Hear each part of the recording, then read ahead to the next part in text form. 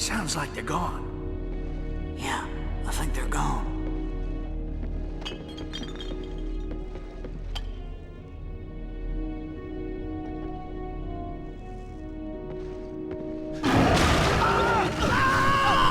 In Resistance 3, the Chimera are anything but gone. The game throws you in the action right where 2 left off, and the overall epicness is from beginning to end.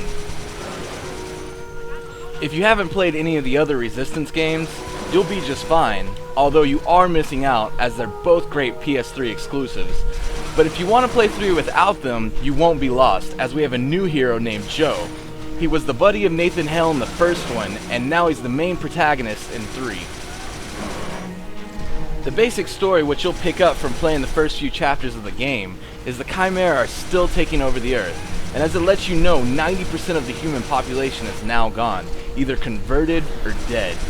And in 3, you're going to feel this epicness with tons and tons of Chimera all over, and just very few human resistance to help you through.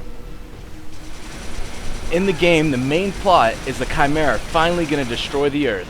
You have to make it to their main pillar to stop them from doing this. And on your way, there are going to be some epic boss battles, some really deep and cool characters, just an overall environment and great story that'll make other games you liked in the past seem dull and boring.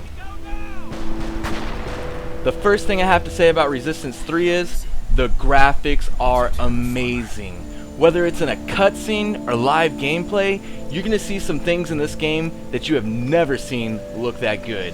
And while there are some alien characters and some other things that may not look just perfect, I can't complain. This is definitely one of the best games that I've ever seen on console.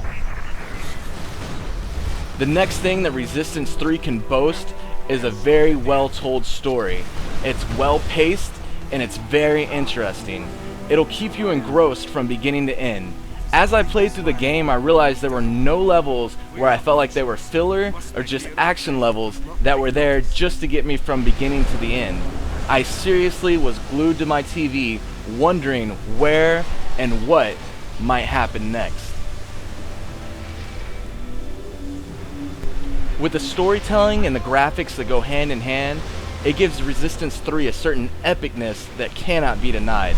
I've played a lot of good-looking games in the past, and I've also played games that had great and thought-provoking stories, but it's very rare to get one of those games that goes hand in hand and has both. The next thing I'd like to brag about for Resistance 3 is the boss battles. Whether you're fighting a big boss or just hordes of the Chimera at the end of a level, it really gives you a feel for when you know something's important or when a turning point is coming in the game. It seems like so many games these days don't have boss battles, while in the past it was all about boss battles. Well, Resistance 3 takes the new age gaming with well-designed levels and good graphics, and it takes the old approach to having the epic boss battles at the end. It's a great formula, and when you play it, you're going to have so much fun running through a level and seeing what you may have to fight or what you know is inevitably coming your way. The next really cool thing in Resistance 3 is the guns, and not just how cool they are, but how the leveling system works.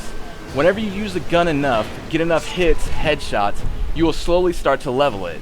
It's a passive leveling system in the game, and what happens is the more you use it, the more powerful, precise, and awesome the gun will become.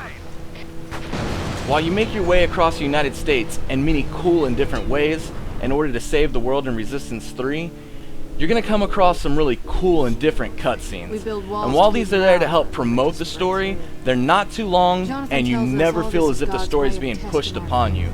You could definitely skip these scenes and still know what's going on in the game. And that's good for running gunners. Some people don't like to sit down and get totally engrossed in a story, and more they're there for the big bosses and just the overall gunplay. But for somebody that likes a good balance between gunplay and storytelling, Resistance 3 got this perfect. Because there's not too much of the story that you get overwhelmed and have a lot of downtime, and there's enough action that when you're done, you'll be talking about this game for weeks. Lastly, I'd like to say a few things I felt Resistance 3 could have done better. While these are small and maybe unimportant gripes, I felt like they were worth telling. One of the main things I noticed was during the last level, it felt like there were just hordes and hordes of enemies being thrown at me. That's not to say that the overall level isn't good though, because the ending of the level is awesome, and the way they make you play it is an incredible way to say goodbye to Resistance 3. My last complaint would have to be multiplayer. The graphics are dumbed down from the campaign, and while this is normal for most games, it seems a little worse in Resistance 3. And while it was fun playing with the guns and running around killing other people the way I did Chimera, I can't recommend it, and it's not on the epic level of the campaign. After watching this review, you should know that I think Resistance 3 is rock hard, and for hard gamers like yourself, it's a definite pickup and playthrough, at least just for the campaign. I'm Jonnyjustice from Real Hard Gamers. Thank you for watching my review of Resistance 3, and if you liked it, feel free to subscribe to our channel or like us on YouTube, and visit anytime at realhardgamers.com.